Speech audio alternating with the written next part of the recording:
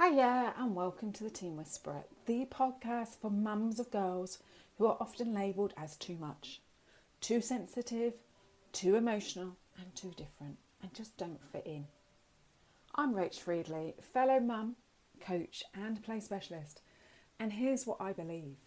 Our girls definitely do not need fixing, and we don't need yet another list of strategies that make us feel like failures in our role as parents. The truth, behaviour is not a flaw.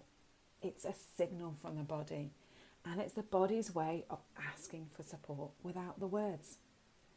This podcast is about listening, not controlling, connection, not correction, and giving you tools that actually work in the chaos of real everyday life or everyday real life. So if you're ready to stop second guessing, feel confident again and finally connect with your daughter at her level, you're in the right space. So keep listening. Hey mums, right, it's Rach, your Teen Whisperer. If your daughter currently feels like a mix of meltdown, mystery and don't you dare tell me what to do, you're not imagining it. You're not losing it, and she's not trying to make your life harder. Today we're talking about puberty, adolescence, teenage years, whatever you want to call it, hormones and her rewiring brain. And a big one that barely anyone talks about, the fact that tweens, teens and young adult girls are in a developmental stage all of their own. Yep, they're not mini adults, they're not almost grown, as we're told time and time again. They are in a complete unique stage with its own rules, rhythms and realities, which basically means you're not going crazy, and she's definitely not broken nor needs a diagnosis, as we are told time and time again. So let's sit down, grab a cuppa and talk about what's really going on under the surface, the stuff no one wants to talk to you about or warns you about. So I want you to start with this. There's this moment, and if you're in it right now, you'll know exactly what I mean, where you look at your daughter and you think, where the frig did she go? Who is this person in front of me? And why does everything feel like a landmine? Why does it feel like I'm walking on eggshells every single day? I remember talking to a client recently and she said, Rach, it feels like my daughter argues with fresh air. If I say left, she'll say right. If I say it's warm, she says it's cold. If I dare to do breath work in front of her, she'll just glare at me. And I smiled, because this is actually a thing. Not our imagination, it is a thing. It exists and it's called counterwill. So let's talk about it. What the frig is going on? So counterwill is an instinctive pushback that shows up when your daughter feels pressured, controlled, rushed or misunderstood. Most days then. It's literally a developmental instinct that says, I need space to be by myself. But because that brain is not online until her mid-20s, she doesn't know how to put it into words. And no, that's not a symptom, yet again. And this peaks during these years, 9 to 25, which brings me to the thing no one tells you. These years are not just a time to prepare to becoming an adult, as we are told. It's a developmental phase all of its own. Little known or understood fact, that one. But we talk about toddlers and big transitions. We talk about babies and brain development. But teenagers? Nope. Nada, nothing, zilch. Somehow, don't ask me how, society, culture, health and education all lump them into this weird, in inverted commas, mini adult category. That if they're not doing adult things, again in inverted commas, then there's something wrong. Or indeed, if they're doing adult things, in inverted commas, there's also something wrong, which means they can't win. And they seem to expect maturity, logic, self-control, emotional regulation and perfect decision making in your daughters. It's like they're expected to go from being a child one day to an adult in one fell swoop. No mistakes, no wobbles, just a smooth transition from one to the other, A to B, so to speak. Not A to Z via every other letter in the alphabet, which is the reality. But they're not adults. and they're not even mini adults. These years are a time of great transition and change within the brain and the body. There's a hell of a lot going on, and if we don't take the time to understand, how the friggity frig can they understand what is going on either? It's really not rocket science, but everyone seems to make it overcomplicated and that there is something definitely wrong, when in fact they are maturing exactly as they're supposed to, pushing boundaries, finding themselves, making a new identity as an individual, not a mini you. Meanwhile, inside their bodies and brain, their hormones are coming and going like tidal waves. Their nervous system is overstimulated 24/7. Right, that's it, guys. That's 25 minutes. Their brain is literally under construction, with bits being pruned back and new areas Take a couple of minutes and then we'll come back. growing, and their sense of self is shifting every few weeks. They're not just ready, they're just not ready, I'll read it the right way around, to think like adults, and that's okay. It's totally natural, not a sign that something is wrong. Trying to parent your daughter like she's a grown-up and gets it is like trying to swim underwater when there's no water. Totally impossible.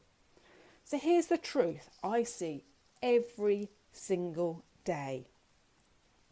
Girls feel big feelings because everything inside of them is changing. They push back because that's part of growing up, not because they're trying to be difficult. They seem unpredictable because their inside world is moving way faster than they can make sense of. And they shut down when we expect calm, adult-led behaviour from a brain that just isn't there yet. Your daughter is not trying to make life harder for you or herself. She's trying to survive a stage that nobody prepared her or you for. And once you understand this stage, once you understand the stage she's actually in, everything feels way more doable for her and for you. So right now, your girl is running on massive feelings and half-finished wiring in her brain. Her emotional side fires at full speed, whilst the part that helps her stay calm and think clearly is still warming up in the background, whispering, "I'm trying, okay?" And then there are the hormones. Not the she'll be a little bit moody once a month lie, we're told. Real waves, up, down, sideways, from about 9 through to mid-20s, throughout the month, as we talked about last week. So if it feels like you're parenting 3 different girls in 1 week, that's because you actually are. And it's perfectly natural and normal, even though I hate the word. So here's what I see every single day. Girls crying because they don't know why. Girls snapping because their bodies are on overload and that's the only thing they can do. Girls shutting down because their world feels too loud for them. And girls who look rude, in inverted commas again, but really they're overwhelmed, exhausted and running on fumes. And that's just the girls. So mums, how do you feel? How do you look every day? You go straight to blaming yourself. I should know how to handle this. Why can't I get it right? I've had this exact conversation with a client this week. But here's the truth nobody tells you. 1, you've never parented a brain under construction before. 2, and she's never lived in one. And 3, you're both learning as you go. There is no manual. The world loves to throw labels at our girls, at our teenagers, especially teen girls. She's moody. She's rude. It's hormones. It's lazy. And honestly, it hurts our girls and us too. Because these are just words. But there's always a reason behind her behaviour. It's not just that she has a behavioural problem. There's everything else going on underneath. So tiredness, hunger, too much tech, not enough movement, too much pressure, not enough downtime, hormones, friends, identity stuff, a nervous system that's overstretched, plus that brain that's still building itself. Do you get it? You're not parenting a mini adult, you're parenting a human in transition, a girl becoming herself. And that needs a completely different approach than we are told time and time again, which of course is traditional parenting strategies of control, consequences and coercion. So what is this different approach? It's one with way more understanding, more softness, more patience, and a whole lot of less self-blame for you and for her. So let's get into the what the hell do I do when she's melting down in front of me part, the bit that I know you love as mums. And you know what? I love giving you these tips because you need it in the moment. So here are 3 practical things you can try this week. Nothing fancy, nothing requiring a Pinterest ready home, just simple points. Number 1, do not go head to head, go side by side. When she's overwhelmed or emotional, kicking off at you, angry, slamming doors, screaming in your face, whatever it is, remind yourself, she's not an adult, I am. If she's pushing back, don't push harder. That just lights the whole matchbox. Respond the way you would like someone to do when you're feeling overwhelmed. Say to her, I get it. That sounds really tough right now. Soften your tone. Sit nearby, but not so not so close that she finds it intrusive. So if she's in her room and the door is shut, sit outside her room. She can still feel your electromagnetic rhythms, which helps to calm her. And start with connection, not correction. Again, as we are told, time and time again. She's not fighting you per se, she's fighting the feeling of being controlled. If you give her a sliver of room, the resistance melts. Number 2, name the stage. It reduces shame.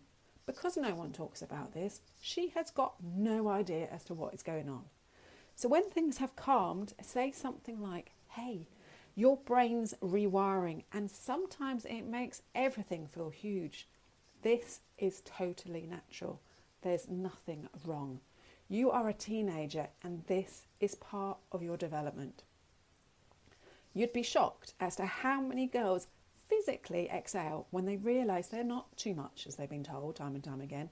They are just human and it's the stage they are in. Then give small choices. It softens that resistance. Counterwill hates being told, but it relaxes when it feels a tiny bit of control. So you could try, do you want to talk now or do you just want to be quiet? Work now or after dinner? This or that for food options. Didn't know what to write there. And number 3, calm her body before trying to talk to her. So when her system is fried and overwhelmed, logic will not land and she cannot think clearly. So try these simple tools first. Open a window. Step outside for 60 seconds, you or her. Give her ice or a cold drink. It literally takes her out of freeze. And shift the environment. So lights down, noise down, put your tech down, just relax and sit with her instead of talking at her. Your calm equals her calm. She needs her body to calm before her brain can return. So let's bring this home. Your daughter isn't unpredictable because she's difficult. She's unpredictable because she's developing. Her feelings aren't a problem. They're messages from the body. And you are definitely not failing.